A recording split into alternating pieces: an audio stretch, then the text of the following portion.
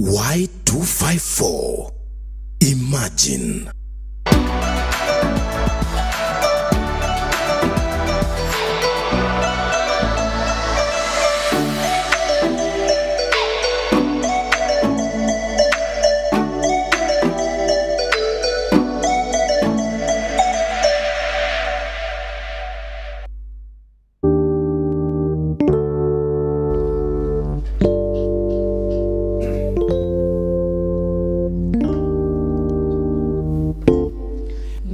Did you know that your baby boy will one day walk on water? Mary, did you know that your baby boy will save our sons and daughters? Did you know that your baby boy has come to make you new? This child that you deliver will soon deliver you. Mary, did you know that you are?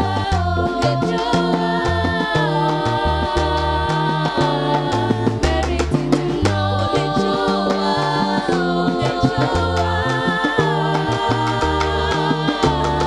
Mary, did you know that you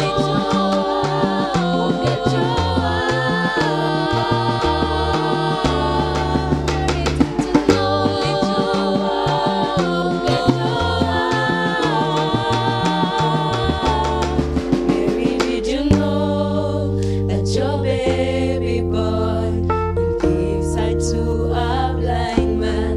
Mary, did you know that your baby boy will calm the storms with his hands? Did you know that your baby boy has walked where angels trod? When you kiss your little baby, you've kissed the face of God. Mary, did you know?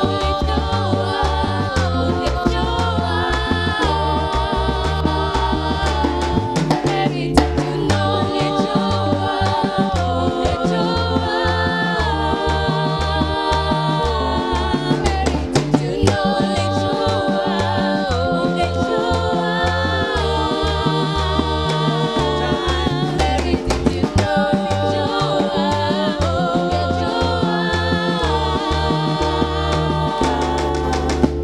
The blind will see, the deaf will hear, the dead will live again. The lame will live, the dumb will speak, the praises of the Lamb.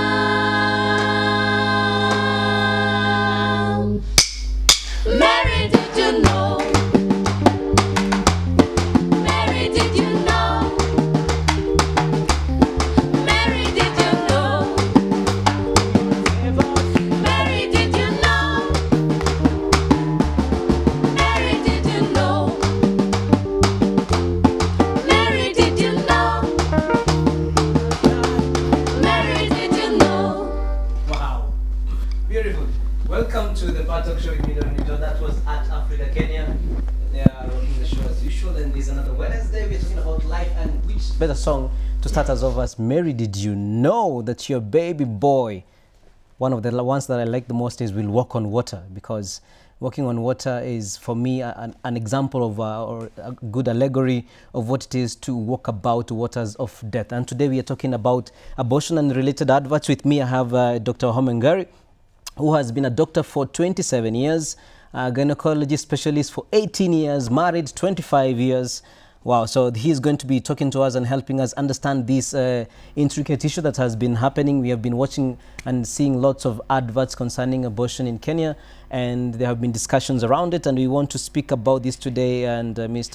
WAHOME is going to guide us through to this conversation. I want you to text in. What is your opinion or suggestion? Whether you disagree with us or the discussion that will be going on, please text me in on 22162 starting the word power, because I want to hear from you so that you can mention to me, you can be part of this conversation. 22162 starting the word power. What do you think about the abortion adverts going on in some morning radio talk shows? Do you think abortion is right? Do you think it's time that maybe Kenya allowed it? What is your position as a Christian, as a believer, as someone, as a scientist on the position of abortion. So talk to me. Let's talk about issues life today. Let's talk about issues abortion, and I would love to hear from you. But before we do that, I'd like to take it back to At Africa Kenya band so they can take us through before we start off with the conversation.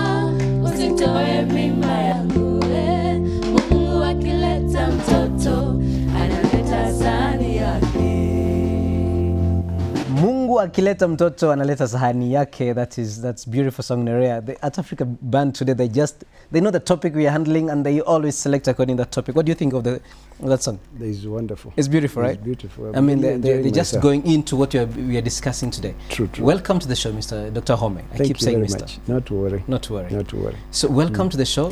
Thank you for accepting to come. Yes. And to share with us your experiences, and especially your being a qualified doctor, especially in the area of the gynecology, and you have been very active in the area of pro-life. Yes. Let's go straight to the question. What is abortion? The way to understand this abortion question is really the definition, because that is where the abuse of the language starts. Abortion must be understood from the lay language, even as is written in the Constitution, is not a medical term. So we know a woman can lose a pregnancy two ways. She can lose it spontaneously, which is what we call a miscarriage. Or it can be induced. The loss can be induced, where she is given medicine or something is done that would make the baby die so that she can lose a pregnancy. That induced miscarriage is what abortion is. Induced miscarriage? Yes, okay. is a deliberate termination of a pregnancy by killing the unborn child. Wow, okay. Yes. That's pretty deep in there. So now, I mean, from this question that it is induced, therefore, so the fact abortion therefore becomes deliberate. There is no abortion by accident. No. That is the idea. That's the idea. Now, you are saying to understand from the lay language, and you are very specific about that, that we need first of all to understand between specific and spontaneous. What is the understanding, therefore, of abortion within the Constitution, therefore? How does the Constitution understand it? Does it understand as spontaneous, or does it understand as induced, the way a woman can lose a child? Because the Constitution is not a medical document, then we must accept that it is written in lay language. So abortion then in the Constitution is an induced miscarriage, is a deliberate termination of pregnancy that does not allow the child to live. So you actually kill the baby in order to end the pregnancy. So it is in that sense that we must understand the Constitution. And once that is clear, then doctors will stop abusing the public by using the term abortion to confuse them, especially in interpreting this constitution. Would you like maybe to we can see on your screens right now, you can see the Article 26 talking about the Constitution, and I will read maybe the first two bullets. Every person has the right to life, and life begins at conception. Point 2 is this right can only be taken away as authorized by the Constitution or other written law. And then we have the Constitution does not permit abortion but provides an exception. Yes, the reading of the Constitution is Article 26(1) says everybody has a right to life. Yes. So we are not debating whether you are in your mother's womb, whether you are born, whether you are a teenager or a child or an old person, everybody has a right to life. So every person has a right to life. Article 26(2) then says life of a person begins at conception. So the Kenyan Constitution is very clear that even what is growing in the mother's womb is a person recognized by law. Yes. Then number 3 says a person shall not be deprived of life intentionally. So you need those 3 before you read the Article 26(4), which says abortion is not permitted unless. So what the Constitution is saying is, it starts very clearly that abortion is not permitted. So we are saying the deliberate termination of a pregnancy by killing the unborn child is not permitted. That is what the Constitution is saying. Then it goes on to say, unless in the opinion of a trained health professional. And this is where even doctors have to be very careful how they interpret this. Because it is the opinion of the doctor that is qualified by the Constitution. Meaning that any mother who goes to a doctor and even asks for an abortion under this Constitution, it is not her business. It is the business of that health professional to give an opinion and say that the life of this mother is in danger, or there is need for emergency treatment, or the health of this mother is in danger. And therefore the health professional takes full responsibility for the decision that they would come up with, where they would actually kill that baby in order to terminate the pregnancy. Now, in that aspect, where we have the qualified health practitioner, now we live in a society where someone could be qualified, but the abortion is a business. So there is the money side, and so the qualified practitioner ends up giving an opinion that says that abortion should go ahead because the mother's life is in danger, but in effect, he is looking or she's looking for the money. That is the reason why this clause will eventually need to be clarified, because it can be abused, like you said. But I would like the public to understand that abortion has been there even from the time of Hippocrates, who is the father of medicine. This is 2,500 years ago. He was born 460 years before Christ. Before Christ. Whoa. And in the Hippocratic Oath that he wrote down about how practitioners should behave, he actually says that a physician will not induce abortion. Right? So even then it was being practiced. And what people need to understand is that they are abortionists and they are doctors, and the two are not the same. Okay? So there are people who will use their medical knowledge to procure abortions. So they are qualified health professionals who will kill babies for money. And there are those of us who are physicians who will do everything we can to save both the mother and the baby if there is danger to life. And those people are then defined and separated by this Constitution. Because as a medical doctor, I am not supposed to do an abortion. An abortion, you cannot carry an abortion. I cannot carry out an abortion. Now that is the work of an abortionist, and it is always illicit. It has always been. It has always been. Yes. And even if the law changes, it always remains the same thing. It will remain illicit. Now, there is the argument whether when the life of the mother is in danger, the idea is not to eliminate the child. The idea is to treat that cause that is making the mother's life to be in danger. And if in the process of doing that the child dies, then that is spontaneous. It's more or less spontaneous than induced. But there are those who argue that, and some gynecologists like you would say, we don't agree with that, that there are conditions where the child itself is the cause of the mother's life being in danger. Is this the case? It is not true. There will be very limited places where it is the baby who is causing trouble. For instance, if you have a pregnancy in the tube, in the fallopian tube, and it is bleeding, so it's an ectopic pregnancy. If that is unattended, it would kill the mother from bleeding. And therefore, what the doctor would then do is take this mother to theater. And in order to save the mother's life, you have to remove that tube that has the baby and that is bleeding. In doing that, you save the mother's life, but unfortunately, you lose the life of the baby. Now, the intention of the doctor was never to kill the child, but the child died as a result of that. This clause of the Constitution then would protect me not to be confused with an abortionist, because my intention was never to kill the baby. But then if you have, say, for instance, high blood pressure, okay, the mother has very high blood pressure, and she's very sick, and high blood pressure can be caused by the pregnancy. Again, it's not the baby causing the pressure, is the pregnancy. All right? Now, you want to treat the high blood pressure until you get to a point where you can deliver the mother safely and give the baby a chance to survive. So that's usually what would be the intention of the doctor. You try to save both. If it reaches a point where the mother's life is truly in danger, then you deliver the baby as a premature baby. But the method you use preserves the life of the baby. So you don't go killing the baby in order to terminate the pregnancy. You deliver the baby and give it a chance to live. Now, the last one that is most abused is this one of health, the health of the mother. So assume there is a woman in crisis pregnancy. Okay, she got pregnant and the boyfriend has disappeared and doesn't want to get involved, and therefore she's very distressed. She's threatening she's going to kill herself. Now, when I meet that woman and I examine her, then what I find is that a woman who is depressed, okay, with suicidal thoughts, all right, but with a normal pregnancy, all right, then that woman would require psychiatric treatment. The treatment is not to remove the pregnancy. It's not the abortion. So if you interpret it properly from a medical perspective, without being funny, then it's very clear what without being funny. Mischievous. Now, so I like that you have already covered some of these questions that I actually had, and there is where we see the society moving towards the direction where abortion is regarded as mercy, actually being merciful, and your own clinic is actually called Mercy Clinic. I like that.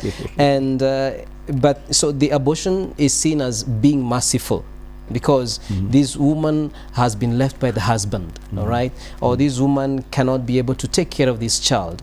It's only merciful to let her go on with the abortion. What would be your take on this? I think it's the most absurd statement I have heard in a long time, because all of us were born of women, and some of us were born in very difficult situations. I was the 11th born in a family, and I was the last born. So if it was this day and age, I'd probably have been thrown in a dustbin. The thing is that I went on to become what I became, and the whole of the community is benefiting from my presence. It's the same for you, it's the same for the members of the band. If people use the circumstances of our birth to determine our usefulness in the future, then nobody would be given a chance to live. But we must understand that we must respect human life. Human dignity is something we have to respect, regardless of the state of the child or the mother, because we don't know why this child was sent. Like Nerea's song says, we don't know what they will become. So the right thing to do in a situation like that is to understand first that we must bring this man to book. Anybody who has gone to a point where they have told a woman repeatedly they love them for 6 months and then have gone on to solicit for sex, and the young lady agrees finally, and then conceives a child and comes and happily tells the man, I'm pregnant, and he's told, I don't want it, I don't know what is wrong with you, that was not the plan, then that man is corrupt. You know, he should be dealt with like the same way we deal with the NYS characters. Is basically he received goods by false pretense. Yes. Goods by yes, by false pretense. He's a corrupt fellow. Yes. And therefore we can't punish the woman and the baby because of an irresponsible man. But we need to bring him to book, make sure that we confirm it's his baby, and make sure he takes care of this baby, even if he doesn't marry this woman. The other one is that since our girl has already been abused and is pregnant, then there is no need of making a second mistake. The baby is not a mistake. It is the decision the adults made that is a problem. So we receive our baby. As fathers, we should be able to protect our girl who comes home pregnant because somebody has abused her dignity. Somebody took advantage of her innocence. Then we take care of those, and we take care of the children who come and allow the child to go back to school and be able to develop themselves. So we have a lot of those cases where we've rescued girls who are in crisis pregnancy. They've been able to go back to school, and we have children who are going to become productive members. The last, of course, is that pregnancy and childbirth benefits the community more than it does the woman. Because parenting is a difficult job. But finally, the final product, when your mother gives you to the community to go and serve the community, it is the community that benefits more than her. Therefore, we can't vilify pregnancy. What we need to do is support that, that girl, allow her to give birth, and then we look after the baby and allow her to progress with her life. Now, someone might argue that you are talking about an ideal situation, all right? We are talking about an ideal situation here. But now you have a girl, maybe, let's take an extreme example. The child is a result of rape, okay? And at home, she has a father who does not at all, is not going to be welcoming, might even beat her to death or something. So the girl is experiencing huge turmoil, right? And she's saying this is the only option. The man has already walked away. So in this particular situation, as an extreme example, what would be advisable? The first thing to understand is that this girl who has been raped is actually the victim. She did not ask this of herself.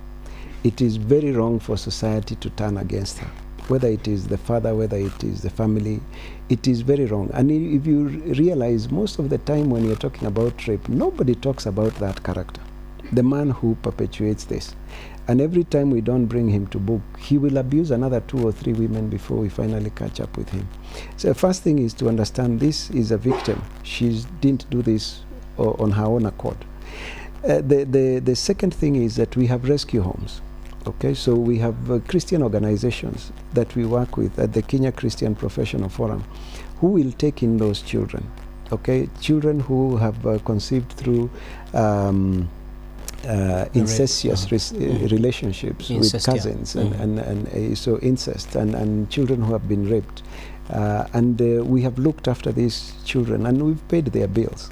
Okay, people have contributed money and looked after them, and majority of them, over 99% of them, actually agree to keep the babies. And most of the time, the families come for them after the babies are born. Tempers have cooled off. You finally realize this child is my grandchild anyway, and you know, and my daughter is still has a chance to make it in life. So the idea is not to give up, and not to punish the rape victim, and not to add any more psychological wounds on her by making her lose her baby. So So the trauma of rape cannot be solved by another trauma of abortion. No, you can't. It only worsens the situation from what you're saying. Yes. And I mean, you just say the KCPF is doing a lot to help those children in crisis pregnancy, and I think that's marvelous. My question is that now this girl has to carry a child maybe from a cousin or from an uncle or from rape for 9 months. Is it not a bit too much to ask of a girl? I think there is no pregnancy that is easy, and that's why we respect women.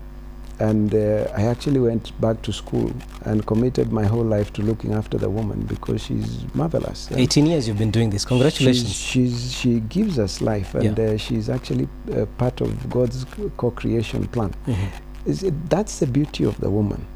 Every time you degrade pregnancy, then you actually destroy womanhood, because, I mean, that's the greatest gift she can give us, a child. Also remember that this child is half that woman. Right, whether it's rape, whether it is incestuous, half of that child's genetic material comes from the woman. So the child is really related to the mother. And then there will be uncles and aunties and so many other relations that this child automatically has just from conception. It is wrong for one to then feel trapped or alone, to imagine that there is no one else who can help. And so long as they reach out, and so long as those around them are willing to help, it is possible for us to avoid abortion. To avoid abortion. Now, there could be someone watching from home and saying, what are these two men, discussing about abortion for, right? It's a woman's business. It's a right. This is all about the body of the woman, right? All right, so someone might say the abortion is a woman's right, it's a human right. Even actually some agencies, international agencies, actually qualify abortion as a human right, as a health. Now, why would we say a child who is still within the body of a mother, why can't we say it's her right to do whatever she wants to do with her body? Two rights we are talking about. One is that there is a right to life. So both the mother and the unborn child have a right to life. This right is equal for both of them. And the weaker one is the child. The mother is already alive and can make decisions. For us as a community, we always protect the weak one, and this is the child. The second one is the right of choice. Now, we must not mistake the right to make choices to mean that we will make the right choices. Okay. The right to make choices does not mean we'll make the right choices. Equal to the right choices. So I can decide that I am going to steal from my employer, and I have a right to make that decision, and I can go and steal, but that doesn't make stealing right. It's true. It is for the same reason that the woman can choose or say that she doesn't want to carry the pregnancy, but terminating the pregnancy does not make it right. Does not make yes. Then the last one, of course, is that great. The baby is just a temporary occupant of the uterus. He or she is not a part of that woman. And at 9 months, they are going to separate, and everybody will go their own ways. And if you have ever tried to evict a tenant from a house, maybe you don't have a house that you have rented yet, but the law is very severe on how it protects the tenant from the landlord. How much more should we protect the unborn child when he or she is actually being temporarily incubated in the mother's womb against forceful eviction? It is very important that the weak fellow is taken care of. I get your argument. Yes. It's very solid. So it is very important that the weak one is always protected against the powerful one. Otherwise, they will be abused. All right. Now, the man and the woman have a right not to conceive a child. All right? Yes. So you can choose not to have sexual relationships. And you can choose to use something to try and reduce the chance of getting pregnant. So that is a right you have, and you can exercise it. But the minute you conceive a child, it becomes a responsibility that we expect you to be responsible for the new life. Wow. Yeah. Thank you. We're going to take a break right now. Okay. So we're going to take a... I love this conversation. I hope you're enjoying this conversation with Dr. WAHOME and Gary. And that's why I had requested that you be part of this conversation by sending in your questions, your suggestions, or your opinions to 22162, starting the word power. Please talk to us, talk to me, and let me know what you're thinking about this conversation, what you think about what's happening in Kenya. When you come back, we'll be talking about the adverts that's been going around, and also checking if your questions or suggestions come in. We'll take them in before we conclude the show. But now, I'm going to give it back to the Art Africa band to give us a break. So text in on 22162. Starting the word power, I'd like to hear from you. At Africa, let's go.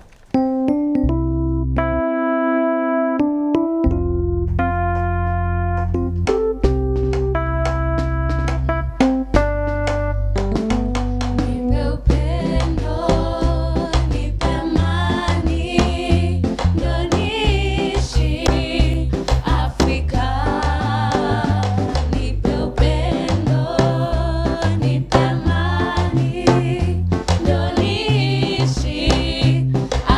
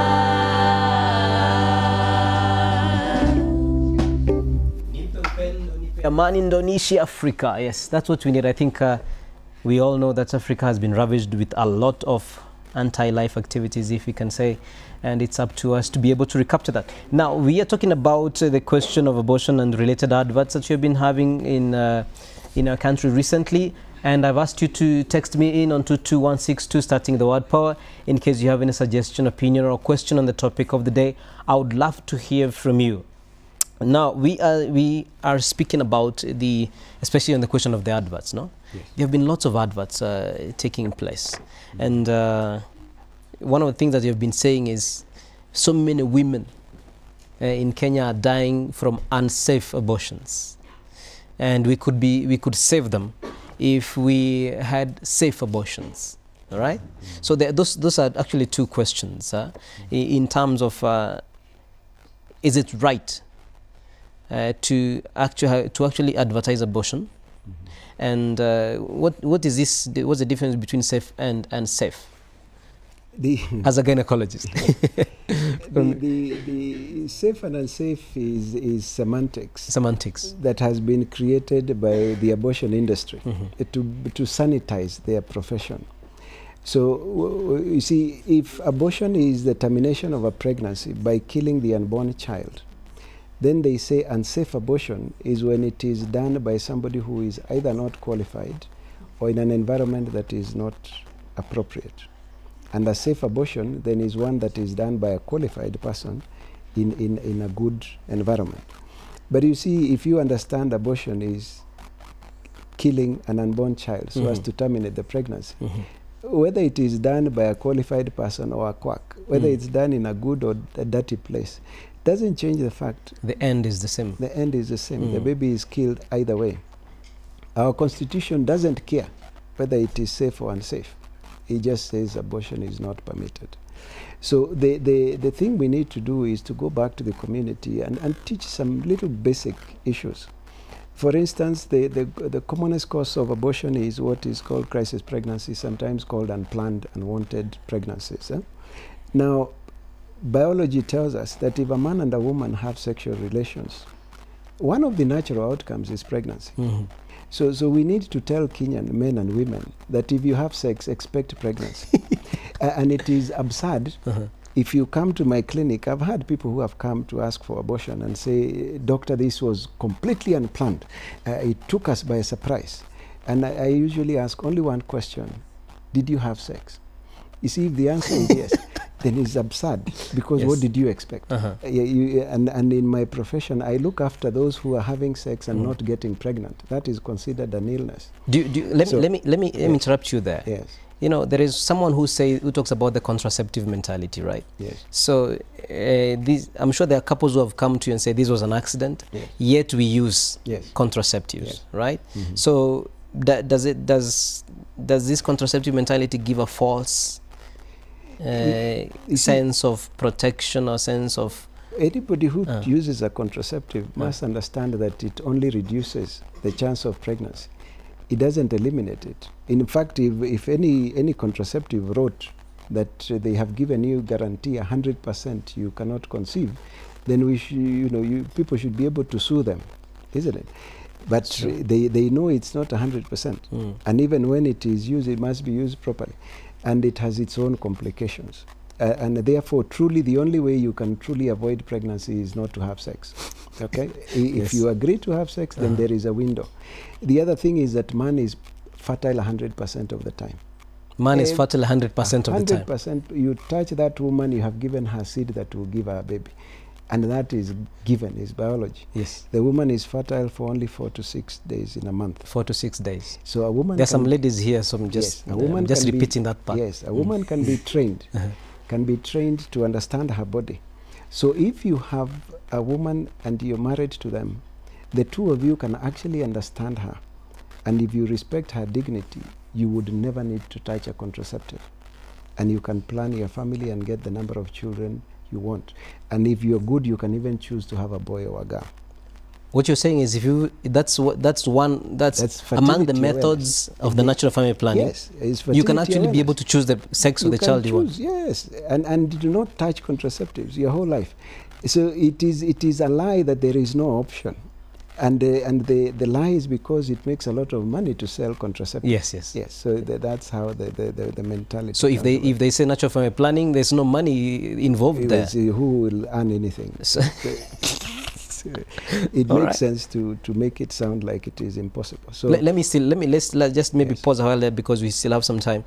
In the sense of, you talked about 4 to 6 days when that woman is pregnant, but the others will say they're fertile, not pregnant. But there are women who would say that their periods are irregular. Yes. How the thing is that the way God created the woman is that her body talks to her when she is fertile, and she can be trained to understand these signs, and she can be trained to understand how she feels when she is fertile, what she sees, the changes in her body systems. And any woman who is taught this, within a month or two of observing her cycle, becomes very clear about what is going on. And all she needs to do is have one man who they have gone into a commitment with. Because you see, Dominic, it takes 25 years to bring up one child. So assume you start this project when you are 25. It means you'll be 50 when you finish, when the guy finishes campus and leaves home, isn't it? There is no time to start again. You basically would be planning retirement. Absolutely. So all reasonable communities had agreed a long time ago that that babies should only come in marriage, so that you have a lifetime commitment of looking after this project. Anybody who cheats you that it can be a temporary arrangement is really lying to Kenyans, and they need to be very sorry about it. True. Yes. As Kibaki would say, it's bure kabisa. You know, I had interrupted you quite a bit. You were saying something concerning we are talking about the safe and unsafe abortions, and I interrupted you a bit. Yes. And I had asked you the question concerning we are told millions of women are dying, yes. right? Yes. That narrative is again of the abortion industry. All right. Even if you look at the statistics they have presented to governments, even the ones that have presented to Kenyan government, they use a methodology that multiplies the figures of the abortions that they find, and there's a lot of multiplication, so that the number they come out with, 500,000 abortions being performed every year, and safe abortions, are all cooked figures. They have used it in Ghana, they've used it in Ethiopia, they've used it in South America.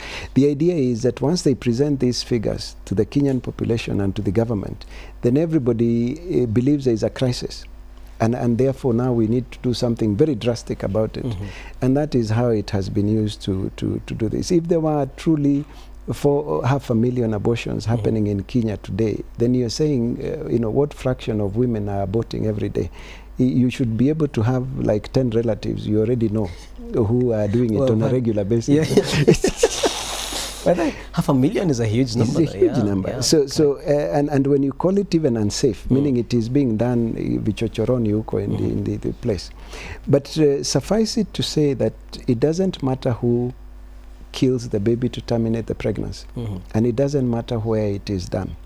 The fact is that it is illicit, it is illegal, it is unethical, and should not be encouraged by anyone. And it is very sad that we would lose any mother because society has rejected her. Remember, if this girl gets pregnant and goes to the boyfriend and is told, I don't want that baby, goes to the father and the father rejects her, runs to church and church says, you're going to embarrass us, in fact you can't be in the youth anymore, you have to leave the church, then the whole community is telling her, we don't want your baby. Yes. Then when she goes and aborts the baby, then it's the same community that is in so much shock. Can you imagine? Alitoa mimba. Yeah. So that hypocrisy needs to go. To end. Yes. The being pregnant is a natural process. The decisions are what is wrong and what we must be able to reduce. But there will still be people who will get pregnant out of wedlock. There will still be people who will be cheated into sex without, there will be people who will be raped. Those ones we need to make a nice environment where they can come and get a second chance. And heal. And you, as you're talking about the society, I was thinking, you know, one of the ways that we can help, in my opinion, to reduce abortion is most of the women who actually end up in carrying abortion are women who feel that they cannot be able to sustain the child, right? So if we open the global picture, we see that the more you make an economy severe, all right, the more you're actually having other end effects, unintended effects, right? So probably also by working towards having a better economy or such that's marked by social justice, right? It could be also one way to give hope, you know. To It would be, but the greatest crisis in abortion is the man. In every community that is civilized, the morality of the man, it is the man's business to keep morals. Once the man agrees to be corrupt, once the man lets go of morality and decides he's going to be the one breaking the rules, you destroy the whole of that community. So even the crisis you're seeing, we are going through NYS and all these things, it is, all of it stops at the hands of men. Men in this country must style up. People must take up their responsibility and be serious about it. We do not need policemen to run after us for us to follow rules. What we need to do is to self-police by taking our responsibility of guiding morals seriously. And if we don't bring the man into this discussion, abortion will never end. You cannot go about impregnating women and giving them money to go and abort and then come and complain that you can't find somebody who hasn't aborted to marry. Yes, you can't go and have sex with everyone, then say you're looking for a virgin to marry. You know, it is absurd. If men styled up, then we would not be having this discussion. Absolutely. It is all a question of broken morals, and morality is a factor of men, and men in Kenya must style up. Men in Kenya must style up. That is huge. That is a huge message you have right there. Now, you have been a gynecologist for 18 years. What is your experience when you tell a woman or a couple not to have an abortion, and they go ahead and they don't do it, right? What do you find? Is it always a sense of gratitude that they come back to you with, or what's your experience? It's actually magical. One of the things we do at our clinic in support of crisis pregnancy is that we see women in crisis pregnancy for free. We do not charge them. Wow. So we have organizations under the Kenya Christian Professional Forums that deal with crisis pregnancy. And anytime they have a patient, then they refer them. And once they come to our clinic, we don't charge. So no consultation fee. And we always do an ultrasound for them for free. Wow. And we allow this mother and whoever has brought her to actually see the living baby. Because from 6 weeks, when the mother has only missed her periods for 2 weeks, you can see the heartbeat of the baby. All right? It's actually an amazing thing. And once they see it and they understand that what they are carrying is life, and that what they are carrying has nothing to do with the decisions they have made in the past, and that having that baby does not dictate who they are going to be in the future, everything changes. Now, the ones who do not have support, then we hook up, we get them organized, we get them to groups that will be able to support them through the pregnancy. And I remember one particular child who was brought to my office. She was about 14 years old. 14 years old. 14-year-old in Form 1. And the father of the baby was 17 in Form 3. Wow. And she was pregnant, expecting a child. 14-year-old pregnant. 14-year-old. Father 17 years. Father is 17-year-old. Okay. Now, okay. People would shout at you, now, this is abortion. This is a good abortion. Yes. So the parents came, and we had a long discussion, and they were very supportive, very good Christians, and they agreed to support the girl. All right? And we agreed that we are going to report to the father to the parents of the boy. So they were informed that they were also expecting a grandchild. And there was a lot of goodwill. And this girl had to leave school for a year, gave birth to the baby, delivered normally. Delivered normally? Yes, 3.5 yes, 3.5 kilos baby. Wow. And she looked after the baby for 1 year and then went back to school a year later. Now, she later went on to go to university and graduated and even got married, all right? And this young fellow is now a big fellow, he's a big boy. And it is just one of those things, you know, you can see he's becoming a responsible young adult, and we'd have thrown him in the dustbin if we had followed the teaching of the abortionists. It is not for us to decide who lives and who dies. This constitution does not give a doctor a license to kill. Life is precious. Man is dignified. We respect life. and then let God show us why they sent this person. Yeah. Oh, it's amazing, and Yeah. I really appreciate. I mean, even you sharing that experience, because you know, even those who advocate for abortion tend to use such extreme examples to say, you see, now the boy is going to continue with his education. This girl has now to pause her life by 2 years. You know, this is all patriarchy. This is all that. You know, all those kind of argument. You know, as we close up, though, I would like to, you know, on the other side, maybe to move away from this a little bit to you as a person, right? You've been married for 25 years. Yes. How has it been? I mean, congratulations, first of all. Congratulations. Thank you very much. Yes. Yeah, 25 years, you know. Yes. There's so many young men who are still like saying this commitment thing does not bring a lot of happiness. What's your take as you try to form these men to be moral, as you said? The thing is that marriage is an institution, just like running a government. President, Prime Minister, the cabinet and everything. And before you enter it, then you must understand what is expected of you. All right?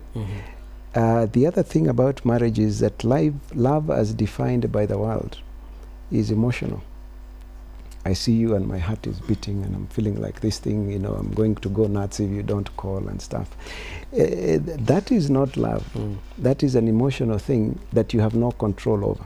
And it will even happen in marriage. You see somebody else and you can see, oh, they look attractive, isn't it? Yeah.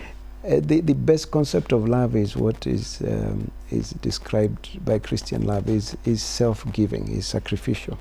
So that in marriage, then it is, I do everything I'm supposed to do as a man to make my wife comfortable, and she does everything she needs to do for me to feel comfortable. But we are working for one another, but always with a higher inspiration. So for those who are not Christians, I don't know how to advise them, because then Christ then becomes the center of the relationship. So long as you are giving, then you don't demand. And everywhere something doesn't go right, then you point out that whatever it is you're doing is making it difficult for me to do my part. Now, the other thing is that there are very clear gender roles in marriage.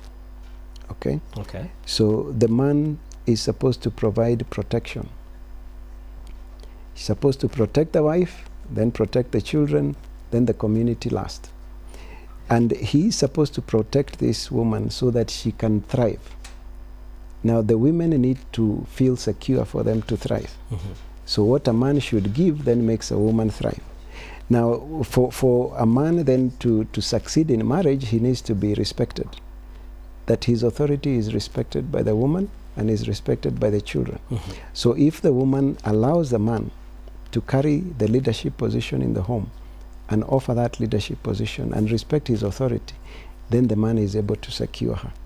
So it's a very interesting arrangement. What I really need is what my wife is designed to give.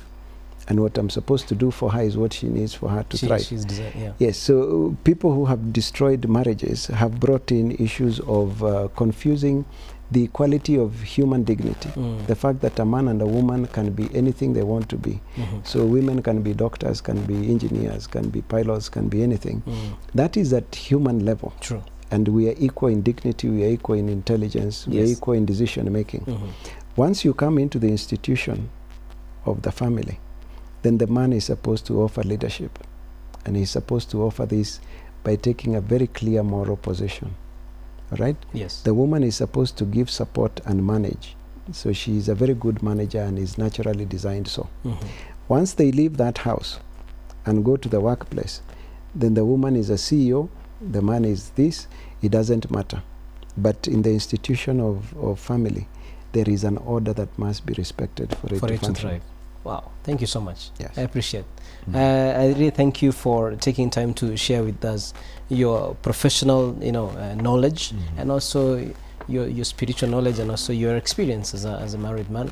That our discussion was, I think it was quite sufficient the time that we had. Thank you so much for making time to come and discuss with us and talk to us. I really appreciate that, and continue helping the men and women who come to you for support, and let's continue with this conversation. It's a pleasure. It's a pleasure. Thank you so much. So thank you. That was Dr. WAHOME, as I told you, married for 25 years. been a doctor for 27, a specialist gynecologist for 18 years now, almost 18 years now, and he has been helping multiple women because, as he says, he believes they are co-creators specifically put there by our good Lord. So I hope you have enjoyed this conversation, that you have enjoyed this conversation, this discussion, and it has enlightened you. I have definitely heard a lot. And what he is mentioning is that we men, not women, we men of Kenya need to style up and become the guardians of morality that, as he says, we are naturally supposed to be. And definitely, there's a lot of things that have happened in Kenya. Remember just the case of Sharon Otieno and people saying that she deserved it. The fact that you can celebrate death is already a question that behooves us as a country. How can you say someone deserves death? On what condition and what right can you be able to say that? Sure, people can get angry, but no one has a right to be cruel. And there's so many other cases that we have heard of, the Pumwani Hospital and many other cases where people are losing their lives. Like, we need to rediscover the dignity of the human person, because if we lose this, then we have lost everything. This has been the PowerTalk show with me, Dominic George, and Dr. WAHOME, who has shared with us. And I thank you also with At Africa, who have been here with us and who are going to close the show for us. And I wish you the very best. Have a great week that is coming. God bless you. Be mad, be exceptional, make a difference, and have a good night.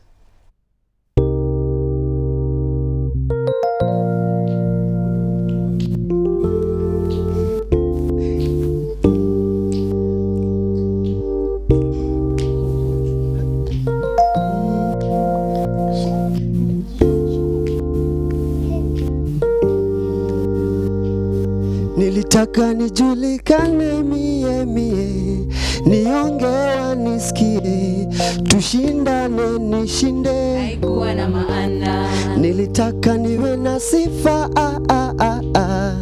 mnasimama, punde nikifika, haikuwa na maana. Nilitaka niwe na dereva, mtu wa kunifuata, kubeba mkoba, haikuwa na maana. Joto likizidi nipepetwe, nikijamu nichekeshwe, na mambo haya yote hayakuwa na maana. Eti mtu wa maana, Mtu wa maana ni Yesu, ni Yesu ndiye mtu wa maana, na kitu cha maana, kitu cha maana kumpenda Yesu, ni Yesu ndiye mtu wa maana. Eti mtu wa maana, mtu wa maana ni Yesu, ni Yesu ndiye mtu wa maana. na kitu cha maana, Kitu cha maana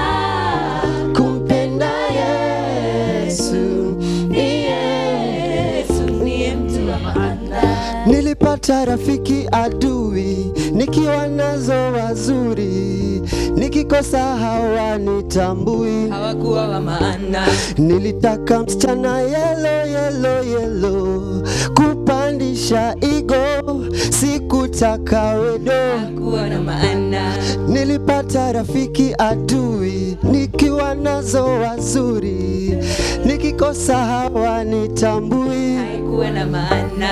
Nilitaka msichana yelo, kupandisha igo, sikutaka wedo, Hawakuwa na maana. eti mtu wa maana, Mtu wa maana ni Yesu, ni Yesu ndiye mtu wa maana. nacho kitu cha maana, Kitu cha maana kumpenda Yesu, ni Yesu ndiye mtu wa maana. eti mtu wa maana, Mtu wa maana ni Yesu, ni Yesu ndiye mtu wa maana. nacho kitu cha maana, Kitu cha maana